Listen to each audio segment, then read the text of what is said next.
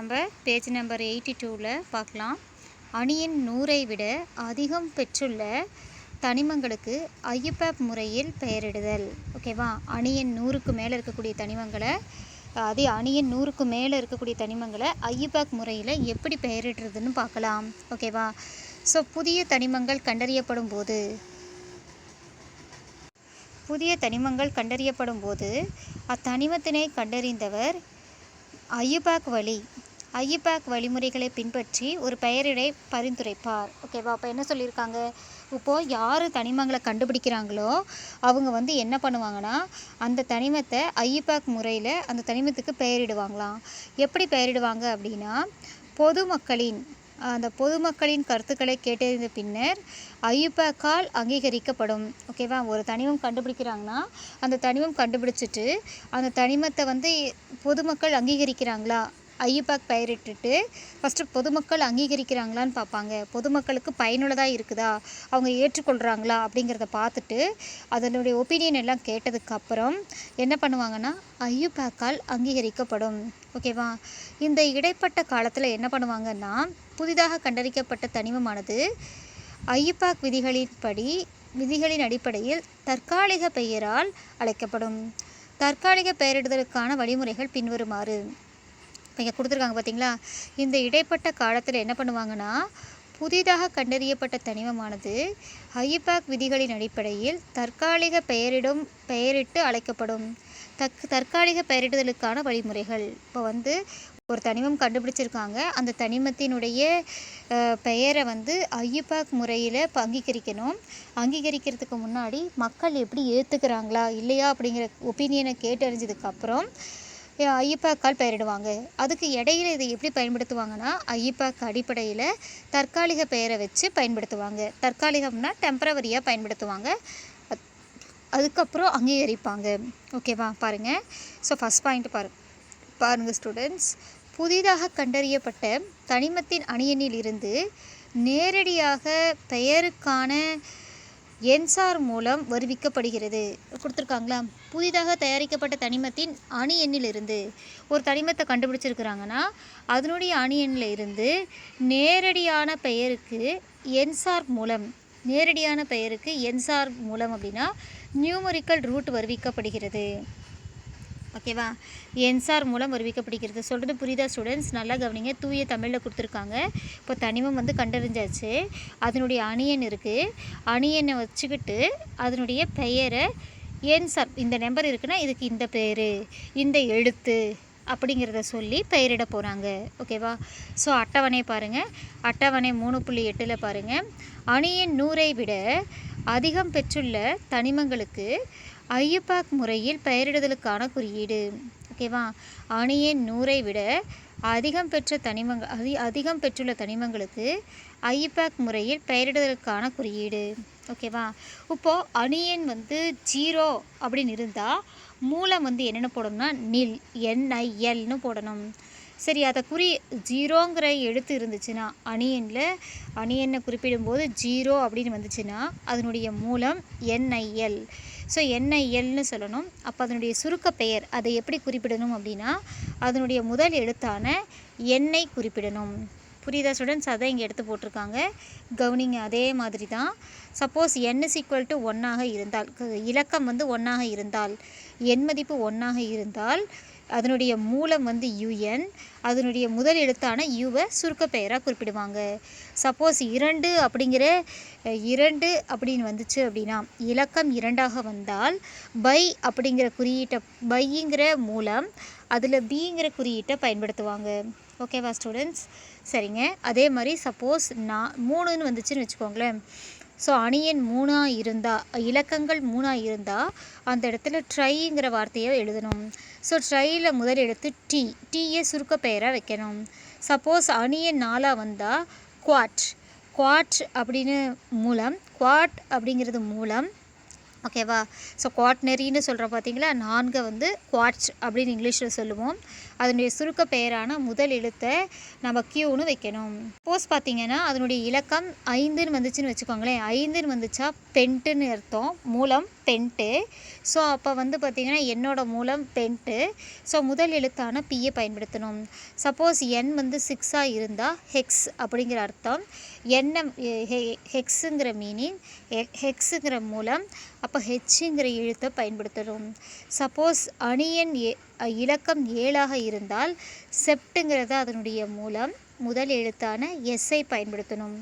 அணியன் 8ஆக இருந்தால் அதனுடைய மூலம் ஆக்ட், ஓங்கிற எழுத்தை பயன்படுத்தணும். சரி, அடுத்து இலக்கம் 9ஆக இருந்தால் அதனுடைய மூலம் இஎன்என். ஓகேவா? ஸோ அப்போ ஈங்கிற எழுத்தை பயன்படுத்தணும். புரியுதா ஸ்டூடெண்ட்ஸ்? இப்போ என்ன பண்ணுறோன்னா, நம்மளுடைய ஒரு தனிமம் இருக்குதுன்னா அந்த தனிமத்தினுடைய அணியனில் மேல் சொன்ன எந்த இலக்கம் இருக்குதுன்னு பார்க்கணும். இலக்கம்னா எண். ஓகே, எந்த எண் இருக்குதோ அந்த எண்ணுக்கு தகுந்த மாதிரி நேரடியாக மூலத்தினுடைய பெயரில் முதல் எழுத்தை நாம் பயன்படுத்தணும். பாருங்கள் ஸ்டூடெண்ட்ஸ், அணி எண்ணிற்கு இணையான எண் மூலங்கள் ஒன்றாக்கப்பட்டு, ஓகேவா? ஸோ இப்போ 3 எண் இருக்குதுன்னா அந்த 3 எண்ணுடைய மூலங்கள் ஒன்றாக்கப்பட்டு ஐயுஎம் சேர்க்கையாக எழுதப்படுகிறது. ஓகேவா? 3 எண் இருக்குதுன்னு வச்சுக்கோங்களேன். பாருங்கள், அணி எண்ணிற்கு இணையான எண் மூலங்கள் ஒன்றாக்கப்பட்டு, எண்ணுக்கான மூலங்களை ஒன்றாக்கிட்டு அதனுடைய இறுதியில் நம்ம என்ன சேர்க்கணும் அப்படின்னா ஐயுஎம்மை சேர்க்கணும். நல்லா கவனிங்க ஸ்டூடெண்ட்ஸ், மேலே சொன்னேன். ஓகேவா? அணி எண்ணுக்கு இணையான எண் மூலங்கள் ஒன்றாக்கிட்டு ஐயுஎம்ங்கிற பிற்சேர்க்கையை எழுதணும். ஓகேவா? இஎன்என் ஆனது என்ஐஎல் முன்னர் எழுதப்படும் போது, பாருங்கள் நல்லா கவனிக்கணும். இஎன்என் எதுக்கு குறிப்பிடுறோம்? 9 இலக்கம் 9ஆக இருந்தால், ஓகேவா? ஸோ இலக்கம் 9ஆக இருந்தால் என்ன பண்ணுவோம் அப்படின்னா இஎன்என்னை குறிப்பிடுவோம். ஸோ இலக்கம் 9ஆக இருந்தால் இஎன்னை குறிப்பிடுவோம். இஎன்னை குறிப்பிடுவோம். இஎன்னின் இறுதியில் உள்ள எண் எழுதாமல் விடப்படுகிறது. ஓகேவா? ஸோ பார்த்திங்கன்னா இஎன்என் ஆனது என்ஐஎல் முன்னர் எழுதப்படும் போது, என்ஐஎல் எதுக்கு யூஸ் பண்ணுறோம்? 0க்கு முன்னாடி யூஸ் பண்ணுறோம். ஓகேவா? நில்லுக்கு முன்னாடி இஎன்என்னு போடும்போது, நல்லா பாருங்கள் என்ன சொல்கிறோம் அப்படின்னா, இப்போ சப்போஸ் ஒரு இது வந்து 0ன்னு இருக்குது, அடுத்து 9ன்னு இருக்குது. இப்போ நம்ம என்ன பண்ணுறோம்? இப்போ நம்ம என்ன பண்ணுறோன்னு பாருங்கள், ஒரு நிமிஷம் கவனிங்க ஸ்டூடெண்ட்ஸ். 9 இருக்குது, இப்போ 0 இருக்குது. 9 நம்ம என்னென்னு சொன்னோம்? இஎன்என்னு சொன்னோம். 0வை என்னென்னு சொன்னோம்? என்ஐஎல்னு சொன்னோம். இப்போ இந்த இடத்துல என்ன பண்ணணும் அப்படின்னா, ஓகே, எஸ் கவனிங்க, எகெயின் சொல்கிறேன். இந்த இடத்துல 9ன்னு இருக்குது, 0ன்னு இருக்குது. 9 இருக்கிற இடத்துக்கு இஎன்என், 0 வந்து என்ஐஎல். இப்படி எழுதும்போது 2 எண் சேர்ந்து வரக்கூடாது. ஸோ நில்லுக்கு முன்னாடி இஎன்என்னை எழுதும்போது அல்லது இஎன்என்னுடைய இறுதியில் என்ஐஎல்லை எழுதும்போது 2 எண் வரக்கூடாது. 2 எண் வராமல் என்ன பண்ணணும்னா ஒரு எண்ணை கட் பண்ணிவிட்டு எழுதணும். நான் சொல்கிறது புரியுதா? சப்போஸ் 9 0ன்னு வந்துச்சுன்னா நம்ம என்ன பண்ணணும்? இது வந்து இஎன்என், இதுக்கு வந்து என்ஐஎல். ஓகேவா? ஸோ இப்போ நம்ம என்ன பண்ணுறோம் அப்படின்னா, இந்த இடத்துல 2 எண் சேர்ந்து வரக்கூடாது. அப்போ என்ன பண்ணணும்னா இஎன்ஐஎல் ஒரு எண்ணை கட் பண்ணிடணும் அப்படின்னு சொல்கிறாங்க. இஎன்ஐனுடைய இறுதியில் உள்ள ஒரு எண்ணை கட் பண்ணிவிட்டு ஒரு எண்ணை கட் பண்ணிடணும். இஎன்ஐனுடைய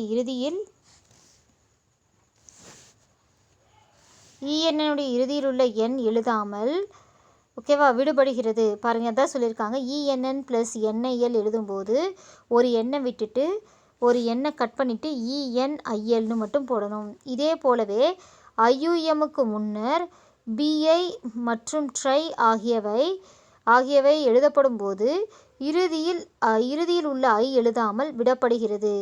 ஸோ உதாரணம் பார்த்திங்கன்னா, இப்போ சொல்கிறதுக்கான மீனிங் புரிஞ்சிருக்கணும் ஸ்டூடெண்ட்ஸ். இப்போ நம்ம என்ன பண்ணுறோம்? சப்போஸ் நம்மளுடைய இலக்கம் 2ஆக இருந்தால் நம்ம என்ன பண்ணுவோம்? பை அப்படின்னு சொல்லுவோம். பைன்னு சொல்லும்போது நாம் பைன்னு சொல்லுவோம். அடுத்து ஐயுஎம் சேர்ப்போம். இப்போ பையோட ஐயுஎம் சேர்க்கும்போது ஐயுஎம் எதுக்கு சேர்க்குறோம் பாருங்கள். ஐயுஎம் எதுக்கு சேர்க்கணும்னா எல்லாத்துலேயும் ஐயுஎம் சேர்க்கணும். அப்படி சேர்க்கும்போது சப்போஸ் பையுக்கு பின்னாடி ஐயுஎம் சேர்க்கும்போது 2 ஐ வரக்கூடாது. என்ன வரக்கூடாது? 2 ஐ வரக்கூடாது. அப்போ என்ன பண்ணணும்? ஒரு ஐ தான் போடணும். அப்போது பிஐயுஎம் அப்படி தான் எழுதணும். புரியுதா ஸ்டூடெண்ட்ஸ்? ஸோ இதே மாதிரி தான் ட்ரைக்கும் சொல்லியிருக்காங்க. ஸோ ட்ரைக்கு அப்புறம் நம்ம ஐயுஎம் சேர்க்குற மாதிரி இருந்தால் 2 ஐ சேர்ந்த மாதிரி வரக்கூடாது. ஒரு ஐ வர மாதிரி எழுதணும். ட்ரையுஎம் அப்படின்னு எழுதணும். டிஆர்ஐயுஎம்னு போடணும். புரியுதா ஸ்டூடெண்ட்ஸ்?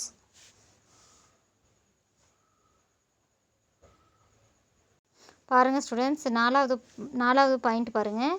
இப்போ நம்ம சொல்லிட்டோம் இல்லையா, ட்ரைக்கு அப்புறம் ஐயுஎம் சேர்க்குற மாதிரி இருந்தால் ஒரு ஐ கட் பண்ணிடணும். அதே மாதிரி பைக்கு அப்புறம் ஐயுஎம் சேர்க்குற மாதிரி இருந்தால் ஒரு ஐயை கட் பண்ணிடணும். இஎன்எனுக்கு பின்னாடி ஐயுஎம் என்ஐஎல் சேர்க்குற மாதிரி இருந்தால் ஒரு எண்ணை கட் பண்ணிவிட்டு எழுதணும். அதுதான் 3வது ரூல். 4வது ரூல் பாருங்கள். எண்சார் மூலங்களின் முதல் எழுத்துக்களில் இருந்து புதிய தனிமத்தின் குறியீடு உருவாக்கப்படுகிறது. எண்சார் மூலங்களின் முதல் எழுத்துக்களில் இருந்து புதிய தனிமத்தின் குறியீடு உருவாக்கப்படுகிறது. ஓகேவா? நல்லா கவனிக்கணும். எண்சார் மூலத்திலிருந்து தான் முதல் எழுத்துக்களை கொண்டு நாம் புதிய தனிமத்தின் குறியீட்டை நம்ம உருவாக்குறோம். முதல் எழுத்தை மட்டும்தான் வச்சு உருவாக்குறோம். ஓகேவா? பார்த்தீங்கன்னா உங்களுக்கு புரியும் ஸ்டூடெண்ட்ஸ். கவனிங்க. அணியின் 100ஐ விட அதிகமுள்ள தனிமங்களுக்கான பெயர்கள். ஓகேவா? கொடுத்துருக்காங்க. ஃபஸ்ட்டு அணியன் 101. ஓகேவா? ஸோ அணியன் 101 இருக்குது. அணியன் 101 இருந்தால் தற்காலிக பெயர் என்னென்னா யுஎன்என்ஐஎல் யுஎன்ஐஐயுஎம். இப்போ எப்படி போட்டிருக்காங்கன்னு பாருங்கள். நம்ம ஆல்ரெடி மேலே சொல்லியிருந்தோம். 1 இருந்தால் யுஎன்என் போடணும். ஓகேவா? அடுத்து 0வாக இருந்தால் நீல் வரணும். 0வாக இருந்தால் என்ஐஎல் வரணும். அடுத்து 1ஆக இருந்தால் யுஎன்என் வரணும். யுஎன்ஐன்னு வரணும். யுனி அப்படின்னு வரணும். ஓகேவா? எஸ். ஸோ அதனால் நீங்கள் கவனிங்க. யுஎன்என்னு வரணும். இப்போ என்ன பண்ணியிருக்காங்க தெரியும்? மேலே டேபிளில் பார்த்தீங்கன்னா உங்களுக்கு புரியும் ஸ்டூடெண்ட்ஸ். 1 வந்தால் என்னென்னு சொல்லியிருக்கிறோம்? 1 வந்தால் என்ஐஎல். ஓகே, 0 வந்தால் என்ஐஎல், 1 வந்தால் யுஎன் தான் யூஸ் பண்ணணும். இப்போ அதுதான் அவங்க போட்டிருக்காங்க. இப்போ 101 ஸ்டூடெண்ட்ஸ். ஸோ 101ல் ஃபஸ்ட் லெட்டர் வந்து என்ஐஎல். ஃபஸ்ட்டு லெட்டர் வந்து ஃபஸ்ட் லெட்டர் வந்து 1. 1ஆக இருந்தால் யுஎன் போட்டோமா? 1ஆக இருந்தால் யுஎன், 1ஆக இருந்தால் யுஎன்னு போட்டோம். அடுத்து 0வாக இருந்தால் என்ஐஎல். ஓகே, அடுத்து என்ன வருது? மறுபடியும் 1 வருது. 1 வந்தால் என்ன வரணும்? யுஎன் வரணும். என்ன வரணும்? யுஎன் வரணும். சரி, கடைசியாக ஐயுஎம் சேர்க்கணும். ஓகேவா? எஸ், ஐயுஎம் சேர்க்கணும். இப்போ பார்த்தீங்கன்னா இதில் யுஎன்என் 1க்கு வந்து யுஎன். ஓகேவா? 1க்கு வந்து யுஎன் இருக்குது. இப்போ 2 எண் சேர்ந்த மாதிரி வரக்கூடாது. ஒரு எண்ணை போடணும். அப்போ யுஎன் போட்டாச்சா? அடுத்து அதுக்கப்புறம் இந்த ஐஎல் வந்துருச்சா? அடுத்து என்ன வரும்? யுஎன்ஐயுஎம். ஓகேவா? இதுதான் 101ஓட தற்காலிக பெயர். நான் சொல்கிறது புரியுதா ஸ்டூடெண்ட்ஸ்? 101ன்னு வந்தால் முதல் 1னா யுஎன் போட்டாச்சா? அடுத்து 0னா என்ஐஎல் போட்டோமா? போட்டோம். அடுத்து 1 அப்படின்னா மறுபடியும் யுஎன் போட்டு ஐயுஎம் போடணும். இதில் இந்த யுஎன்னுக்கும் நில்லுக்கும் இடையில் இருக்கிற அந்த 2 எண் வரக்கூடாது. ஒரு எண்ணை கட் பண்ணிவிட்டு யுஎன்ஐஎல்னு போட்டுக்கிறோம். அடுத்து மறுபடியும் 1 வருது. 1 வந்தால் யுஎன் அப்படியே போட்டு யுனியம் அப்படின்னு போடணும். யுஎன்ஐஎல் யுஎன்ஐயுஎம் அப்படின்னு எழுதணும். ஓகேவா? இதனுடைய தற்காலிக பெயர் இதுதான். பாருங்கள் ஸ்டூடெண்ட்ஸ், தற்காலிக பெயர் சொல்லியாச்சு. யுஎன்என்ஐஎல் யுஎன்ஐயுஎம். சரி, தற்காலிக குறியீடு போடும்போது என்ன பண்ணணும் அப்படின்னு பார்த்தீங்கன்னா, முதல் எழுத்து யூ. ஓகே, ஃபஸ்ட்டு யூ போடணும். அடுத்ததில் ஃபஸ்ட்டு வருது என், யூ போடணும். அடுத்து என், அடுத்து மறுபடியும் யூ போட்டோம், என் போட்டோம். அடுத்து மறுபடியும் என்ன வருது? யூ, ஐயுஎம் சேர்க்காமல் போடணும். ஸோ 1க்கு யூ, 0வில் இருக்கக்கூடிய என் சுருக்க பெயர், அடுத்து யூஎன் ஆரம்பிக்குது, அதில் யூஎன்யூ அப்படிங்கிறது 101 அணு எண்ணாக உடைய தனிமத்தின் தற்காலிக குறியீடு. சரி, யூஎன்என் அப்படின்னு இருந்தால் அதனுடைய குறியீட்டை தனிமத்தின் பெயர் என்ன அப்படின்னா, தனிமத்தின் பெயர் மெண்டலினியம். தனிமத்தின் குறியீடு எம்டி.